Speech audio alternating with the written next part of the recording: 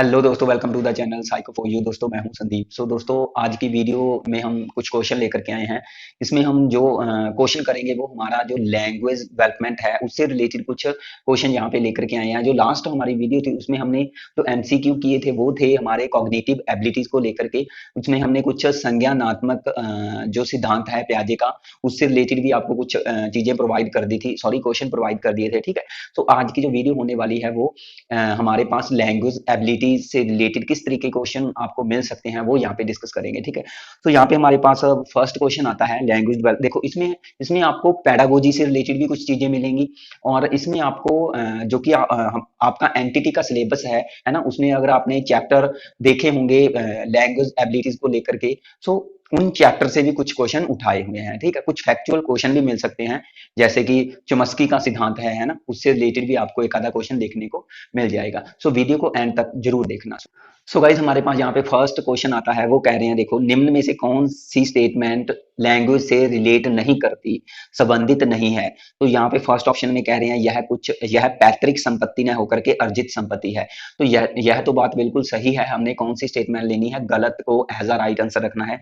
Second में कह रहे हैं सार्थक शब्दों के समूहों को जब हम प्रस्तुत करते हैं तो यह भाषा कहलाती है। तो यह भी बिल्कुल सही है कि जो भी मीनिंगफुल वर्ड्स होते हैं, है ना, सो उनको उन वर्ड्स को हम क्या करते हैं, मीन्स जब प्रेजेंट करते हैं दूसरों तक, तो दूसरे जब उसको समझ जाते हैं तो वो लैंग्वेज ही होती है। यह एक यांत्रिक प्रक्रिया है। तो यह क्या है, यह मैकेनिकल प्रोसेस नहीं है।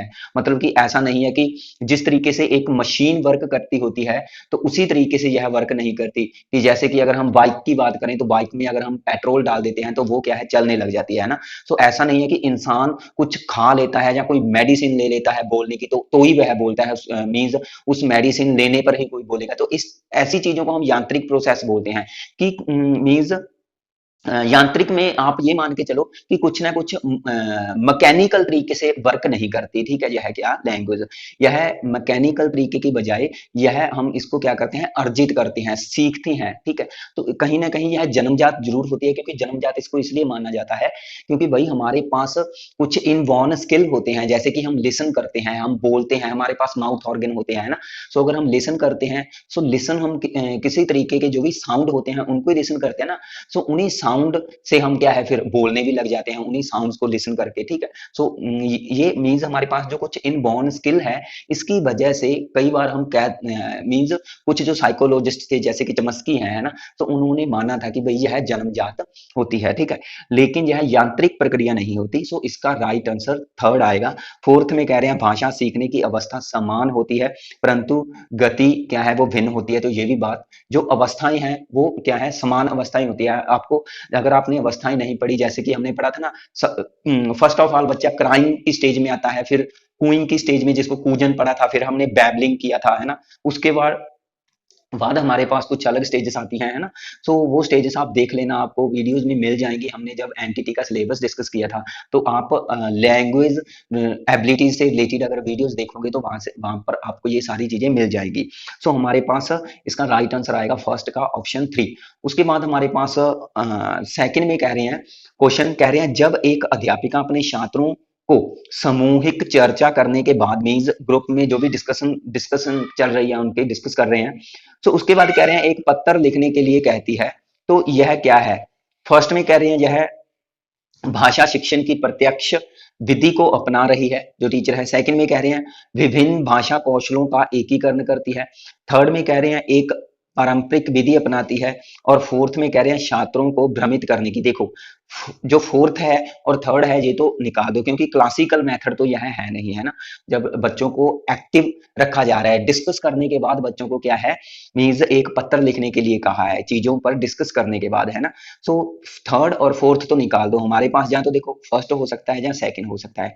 तो प्रत्यक्ष विधि तो कहती है कि जैसा आपने पढ़ा वैसा ही पढ़ा दिया, ये होती है प्रत्यक्ष विधि। मीन्स डायरेक्ट मेथड आपने पढ़ा होगा, है ना।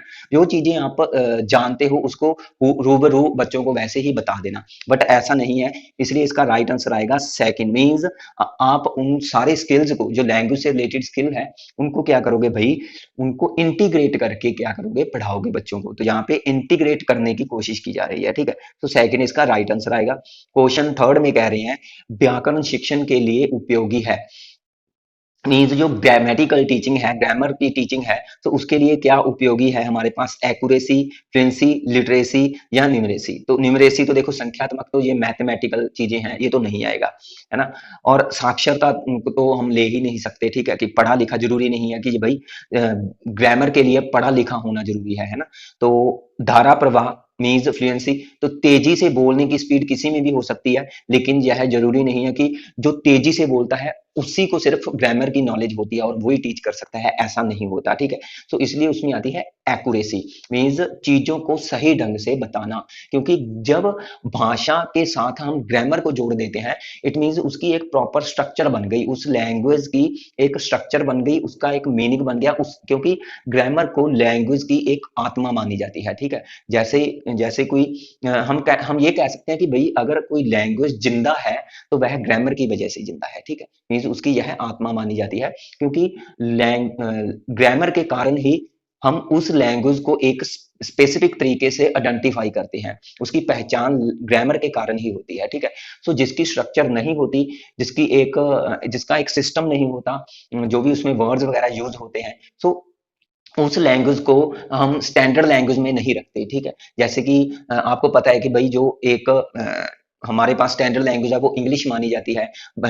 भारत में अगर देखा जाए तो हिंदी मानी जाती है ना। पंजाबी, पंजाब में क्योंकि उसकी स्ट्रक्चर है, लेकिन अगर हरियाणवी की बात करें तो हरियाणवी जस्ट बोली है ना, वह लैंग्वेज नहीं है, क्योंकि उसकी एक प्रॉपर स्ट्रक्चर नहीं है। अगर मैं यहाँ पे कुछ आप हरियाणवी में बोल सकते हो, बट उसमें लिख नहीं सकते, क्योंकि लिखने के लिए आपको वही जो लिपि है, देवनागरी लिपि, उसका यूज करना पड़ेगा, है ना। हिंदी का ही यूज करना पड़ेगा, कहने का मतलब अगर उसको आप वर्ड की फॉर्म में राइट करोगे चीजों को, ठीक है, उन शब्दों को बोलने की बजाय अगर राइट करोगे, लिखोगे, तो हरियाणवी लैंग्वेज को देवनागरी लिपि में ही लिखना पड़ेगा, क्योंकि इसकी स्ट्रक्चर नहीं है, तो यह स्टैंडर्ड लैंग्वेज में नहीं आएगी, ठीक है। सो लैंग्वेज के लिए उसका ग्रामर का होना बहुत जरूरी है।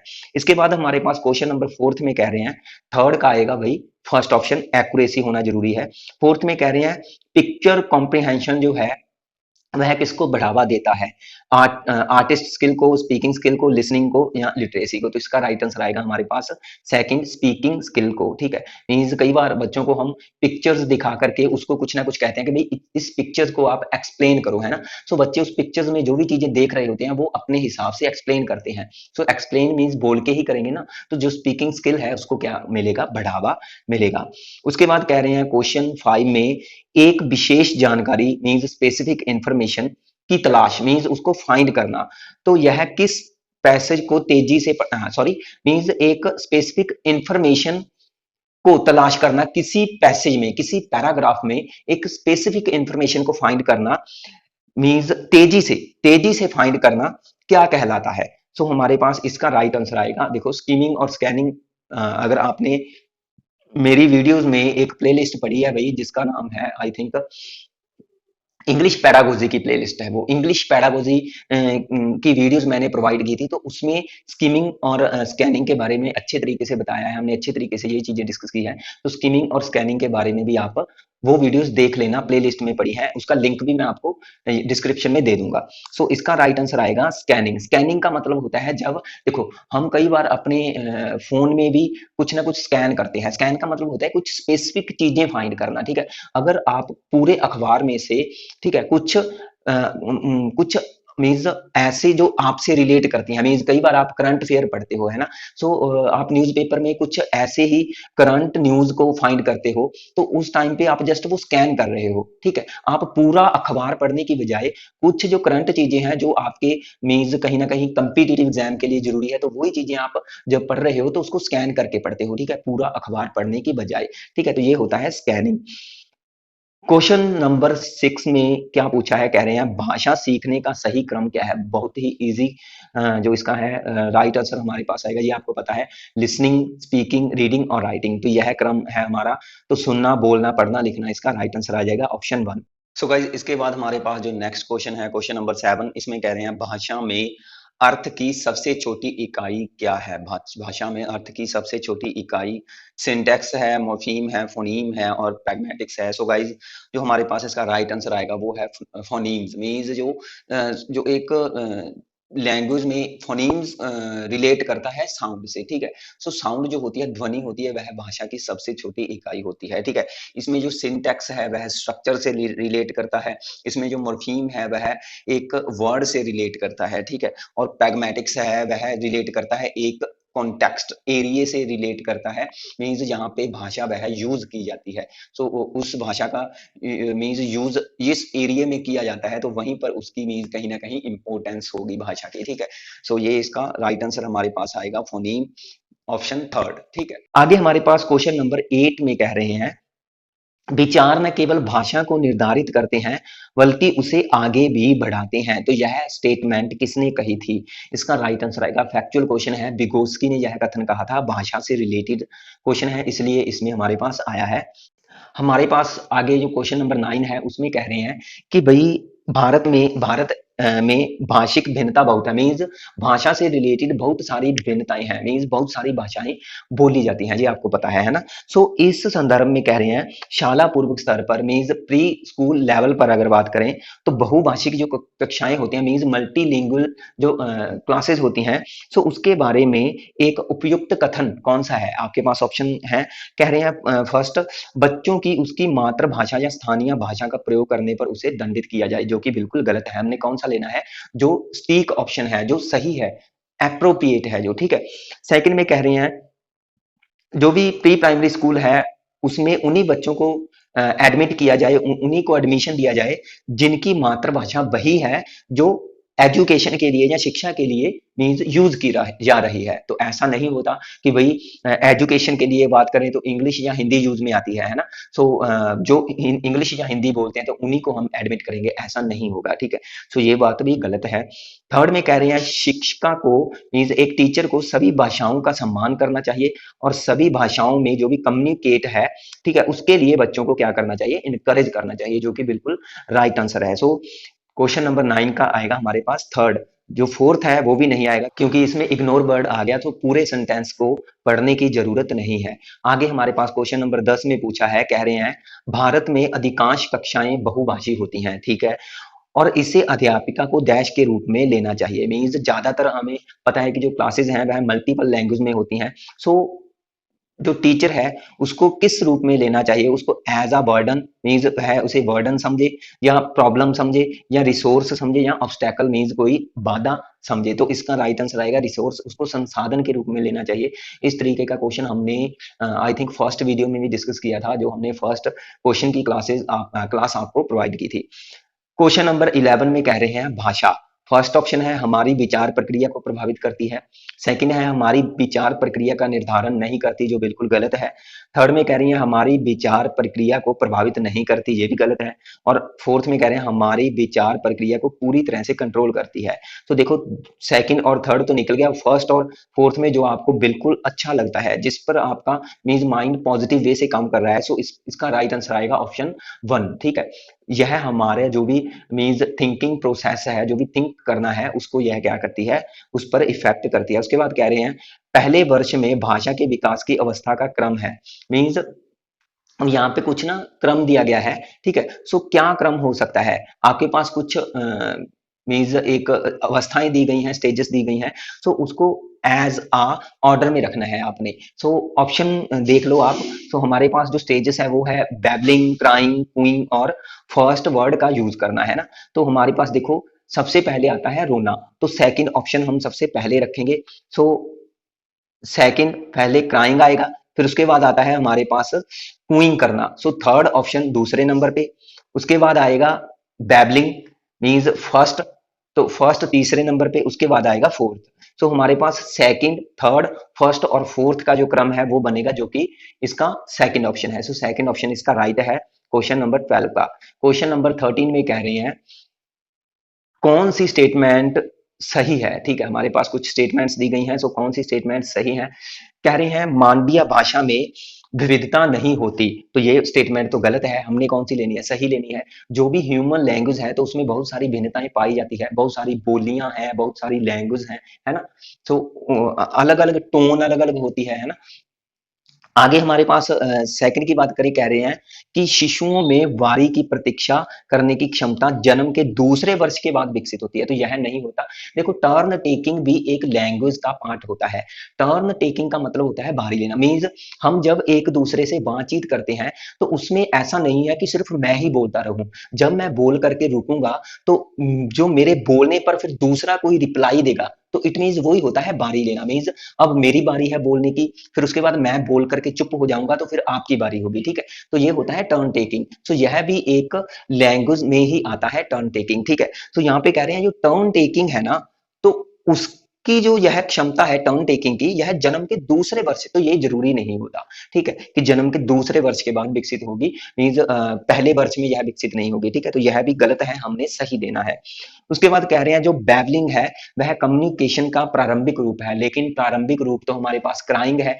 प्रारंभिक रूप तो क्राइंग है, रोने के द्वारा ही बच्चा अपने आप को फर्स्ट जब बच्चा जन्म लेता है तो रोने के द्वारा ही अपने आप को एक्सप्रेस करता है। ये आपको पता है, उसे भूख लगी है तो वह रोता है, उसे किसी किसी तरीके का पेन हो रहा है तो वह रोता है ना। सो जो उसकी स्टार्टिंग स्टेज है, फर्स्ट स्टेज है, वो क्राइंग है, न कि बैबलिंग। सो इसको भी हम नहीं लेंगे। सो इसका राइट आंसर आएगा हमारे पास फोर्थ ऑप्शन, मीन्स भाषा विचार शक्ति में सहायक होती है, परंतु विचार शक्ति तब भी होती है जब बच्चे बोलते नहीं है। तो हमें पता है जो थिंकिंग है ना, तो जरूरी नहीं है कि भाई अगर हम लैंग्वेज नहीं होती तो हम थिंक नहीं कर सकते, ठीक है। थिंकिंग होती तो एक तरीके की लैंग्वेज है, बट अगर जरूरी नहीं है कि भाषा नहीं होती तो हम थिंक नहीं करेंगे, ठीक है। फिर भी हम थिंक कर सकते हैं।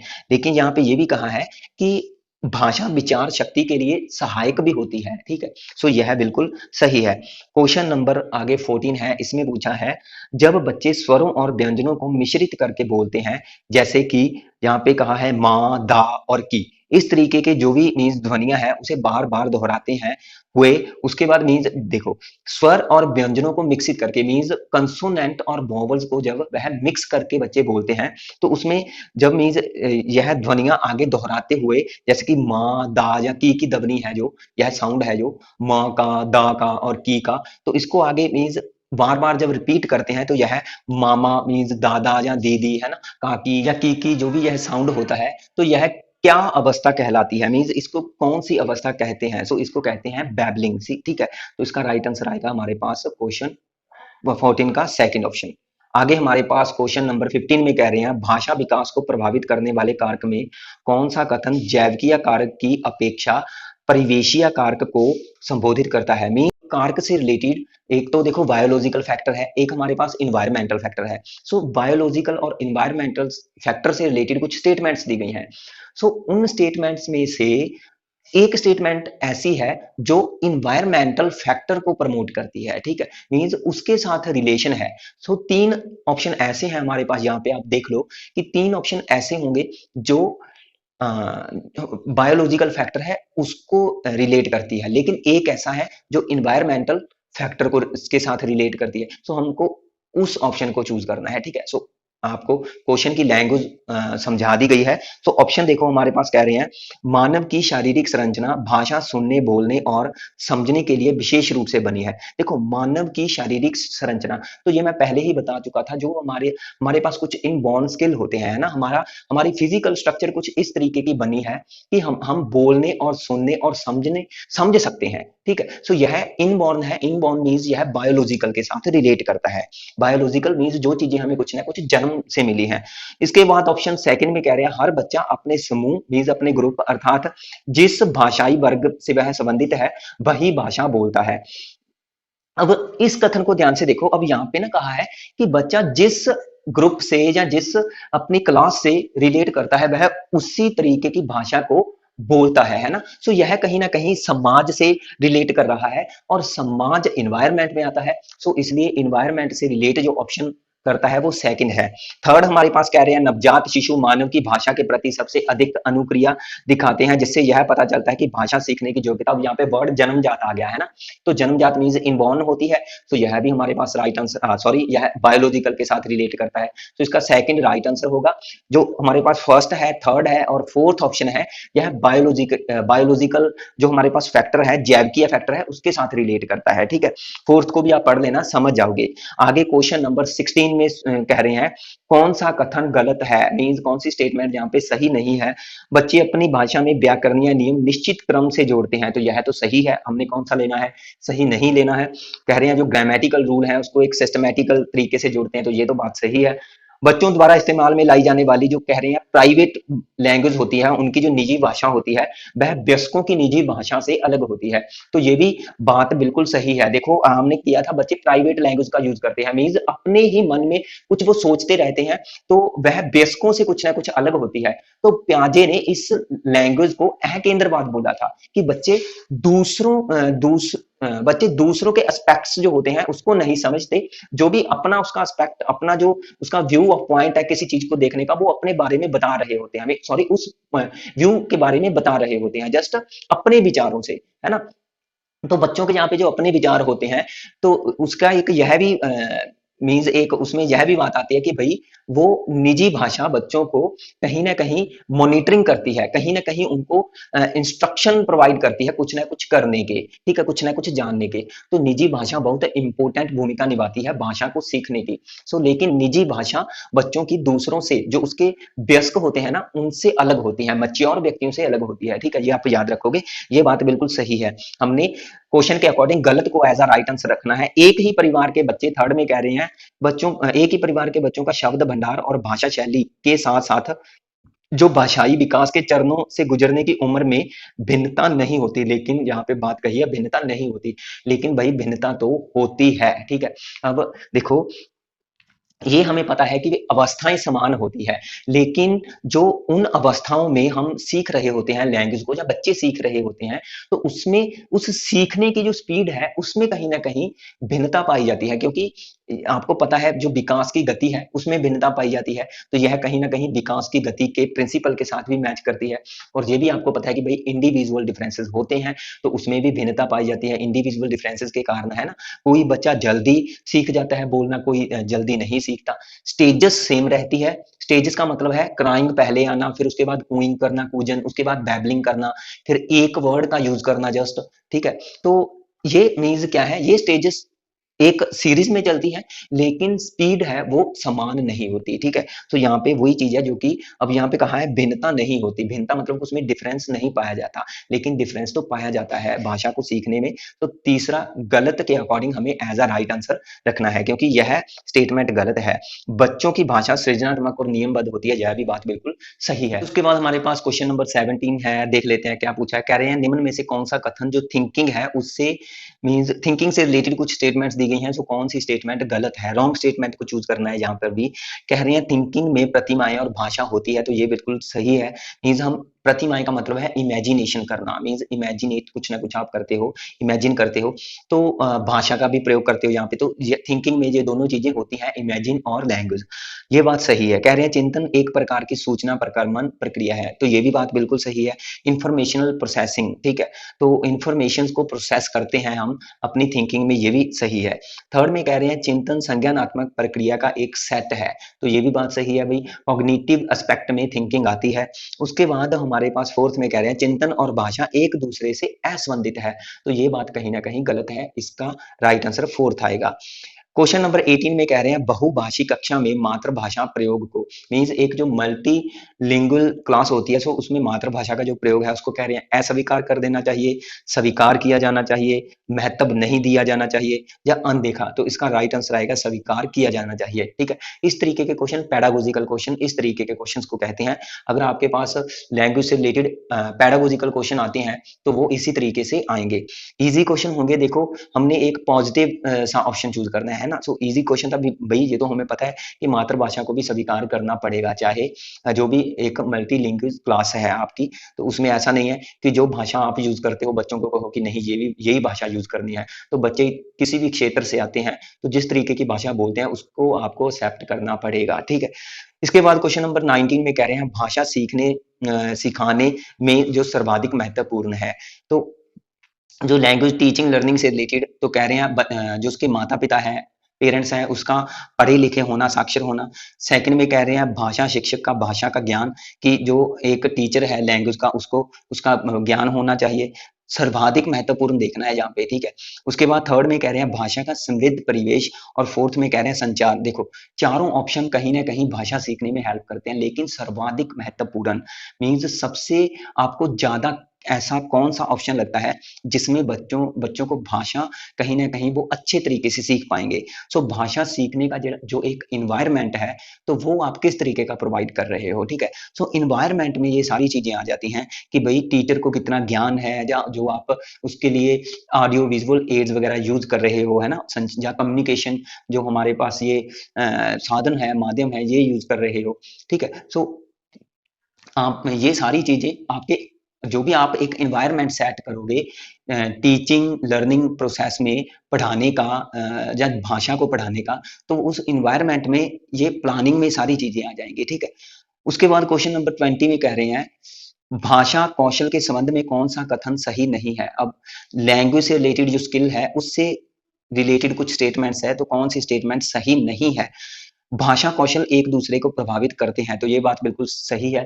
जो स्किल होते हैं, देखो स्किल्स में आपका लिसनिंग स्पीकिंग ये आपको पता है, और रीडिंग और राइटिंग ये भी आपको पता है, ठीक है।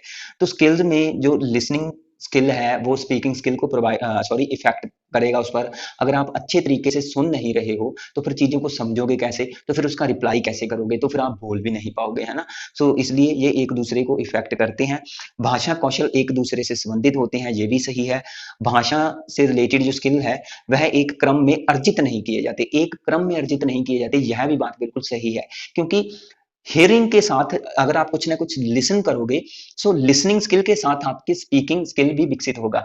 तो लिसनिंग स्किल के साथ स्पीकिंग स्किल, और रीडिंग स्किल के साथ राइटिंग स्किल, ठीक है। ये दोनों आपस में एक दूसरे पर आधारित होते हैं। सो दोनों इकट्ठे सीखे जाते हैं, न कि इनका क्रम होता है कि पहले बच्चा सुनना सीखेगा, फिर सुनना सीखने के बाद फिर बच्चा बोलना सीखेगा, बोलना सीखने के बाद फिर बच्चा मीन्स रीडिंग करना मीन्स पढ़ना सीखेगा। ये ऐसा नहीं होता, ठीक है।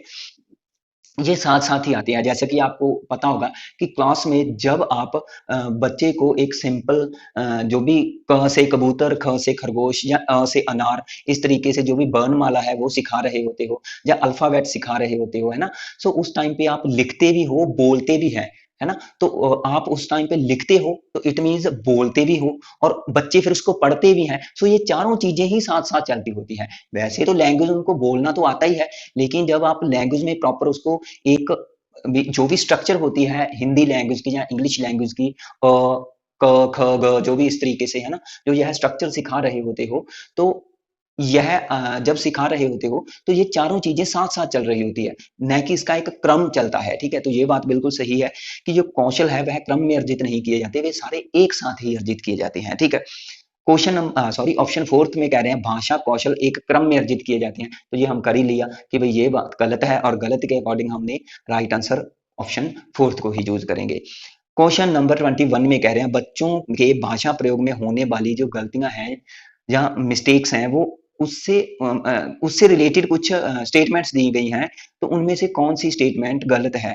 सो कह रहे हैं गलतियां सीखने की प्रक्रिया का एक पड़ाव होती है, स्टेप होती है, तो ये बात बिल्कुल सही है। देखो भाई कोई भी इंसान जन्म से ही नहीं सारी चीजें सीख के आता, ये आपको पता है। तो सीखने के दौरान अगर हम गलतियां करते हैं तो ये हमारे सीखने का ही हिस्सा है, ठीक है। सो कभी भी ऐसा ना समझो कि भाई सीखने के दौरान गलती होगी ही नहीं, कभी भी तो गलतियां तो होंगी, ठीक है। गलतियों से ही इंसान सीखता है। सेकंड में कह रहे हैं गलतियों का अर्थ है बच्चों को भाषा का ज्ञान नहीं होता, तो ये बात बिल्कुल गलत है और यही इसका राइट आंसर आएगा। थर्ड में कह रहे हैं बच्चों की मदद का यह एक रास्ता बनाती है, तो ये भी बात बिल्कुल सही है। और फोर्थ में कह रहे हैं शिक्षक में कमी, लेकिन यहाँ पे कहा है गलतियों का अर्थ नहीं है, ठीक है, कि टीचर में कमी, तो ये बात बिल्कुल भी सही है कि ऐसा नहीं है। मीन्स यह एक गलतियों का अर्थ है ना, कि भाई गलतियों को हम ये कह सकते हैं कि टीचर में कमी, लेकिन यह इसका अर्थ नहीं है, नहीं है इन्होंने दिया है, इसलिए नहीं है अकॉर्डिंग यह ऑप्शन सही होगा, ठीक है। सो हमने गलत के अकॉर्डिंग ऑप्शन सेकंड को चूज करना है, सेकंड इसका राइट आंसर है, बाकी चारों ऑप्शन इसके सही हैं। क्वेश्चन नंबर 22 में कह रहे हैं जो चमस्की के अनुसार भाषा अर्जित करने का एक कह रहे हैं यंत्र होता है, एक क्षमता होती है, तो उसको क्या कहते हैं, ठीक है। सो उसको कहते हैं लैंग्वेज एक्विजिशन डिवाइस। सो इसका राइट आंसर हमारे पास फोर्थ आएगा, यह फैक्चुअल क्वेश्चन था। चमस्की की थ्योरी अच्छे से पढ़ जाना। अगर आप लैंग्वेज डेवलपमेंट टॉपिक को पढ़ रहे हो तो चमस्की को भी अच्छे से देख जाना, ठीक है। उसके बाद कह रहे हैं भाषा विकास में प्याजे और विगोस्की के सिद्धांतों के बीच कुछ अंतर था, है ना। मीन्स भाषा से रिलेटेड कुछ उन्होंने अलग से कुछ बताया था। सो कह रहे हैं विगोस्की का संबंध, हमारे पास फर्स्ट ऑप्शन में कह रहे हैं विगोस्की का संबंध प्रारंभिक भाषा के विकास से था, जबकि प्याजे का संबंध बाद की भाषा से, जो कि बिल्कुल गलत है। यह ऑप्शन रिलेट ही नहीं करता थ्योरी के साथ। क्वेश्चन नंबर सेकंड में कह रहे हैं विगोस्की ने तर्क दिया कि विचार भाषा पर निर्भर करते हैं, जबकि प्याजे ने तर्क दिया कि विचार भाषा का अनुसरण करते हैं, ठीक है। तो ये भी इससे रिलेट नहीं करता। उसके बाद कह रहे हैं प्याजे ने तर्क दिया कि विचार भाषा पर निर्भर करते हैं, जबकि विगोस्की ने तर्क दिया कि भाषा विचारों पर निर्भर करती है। लेकिन यह इसके उलट था। विगोस्की ने कहा था कि विचार भाषा पर निर्भर करती है, और प्याजे ने कहा था कि भाई भाषा विचारों पर निर्भर करती है। इसलिए इसका राइट आंसर आएगा फोर्थ ऑप्शन, ठीक है। आगे कह रहे हैं बच्चा अपने जीवन के दूसरे वर्ष के आसपास किसका उपयोग करना शुरू कर देता है, दूसरे वर्ष के आसपास। तो इसका हमारे पास राइट आंसर आएगा टू वर्ड फ्रेजेस, ठीक है। दो शब्द जो वाक्यांश हैं ये मीन्स यूज करने लग जाता है। सो गाइज ये हमारे पास कुछ क्वेश्चन थे जो कि लैंग्वेज डेवलपमेंट को लेकर थे। देखो भाई क्वेश्चन को प्रिपेयर करना पड़ता है, जितने मीन्स हो सके उतने मैंने आपको क्वेश्चन प्रोवाइड कर दिए। अब इनको टाइप करना पड़ता है और इसलिए ज्यादा टाइम लग जाता है। इसलिए यहाँ पे होता क्या है, पहले मैं क्वेश्चंस को टाइप करता हूँ, ठीक है। टाइप करने में पूरा एक दिन लग जाता है, लगभग 30 जहाँ 35 के नियर अबाउट हम क्वेश्चन को बनाते हैं, है ना। तो मेरा पूरा एक दिन लग जाता है, ठीक है। सो इसलिए मीन्स जो वीडियो है वह एक दिन या 2 दिन लग जाते हैं आने में, ठीक है। सो वीडियो इसलिए डिले हो रही है हमारी, लेकिन जैसे जैसे काम कर रहे हैं, जैसे जैसे वीडियो प्रिपेयर हो जाती है, उसको एडिट वगैरह करके हम आपको प्रोवाइड कर देते हैं, ठीक है। सो 1 या 2 दिन लगने का कारण यही है कि भाई क्वेश्चन को पहले बनाना पड़ता है, फिर उनको राइट करना पड़ता है, टाइप करना पड़ता है, टाइप करके फिर उसकी एक पीडीएफ फाइल वगैरह तैयार करनी पड़ती है ना। तो फिर क्या है, उसके बाद वीडियो बनाई जाती है। सो फिर वीडियो की एडिटिंग होती है। सो इसलिए यह एक प्रॉपर जो टाइम लेता है, तो जो मीन्स 1 या 2 दिन का समय लग जाता है वो इसी चक्कर में लग जाता है, ठीक है। सो इसलिए वीडियो 1 या 2 दिन के बाद आती है हमारी। तो वैसे भी बस ये कोशिश रहेगी कि भाई 27 जून को अगर आपका पेपर होता है तो उससे पहले काफी चीजें आपको प्रोवाइड कर दें, ठीक है। सो भाई जैसे जैसे वीडियो प्रिपेयर होती जाएंगी वैसे वैसे आपको क्लासेस देते जाएंगे। सो चैनल के साथ बने रहें, चैनल को सब्सक्राइब करें, बेल आइकन को जरूर प्रेस करें ताकि हर वीडियो की आपको नोटिफिकेशन मिलती रहे। सो मिलेंगे आगे की क्लास में। Thanks for watching. Click on the give icon to subscribe us. Please subscribe us for more updates. Click on the give icon to subscribe us.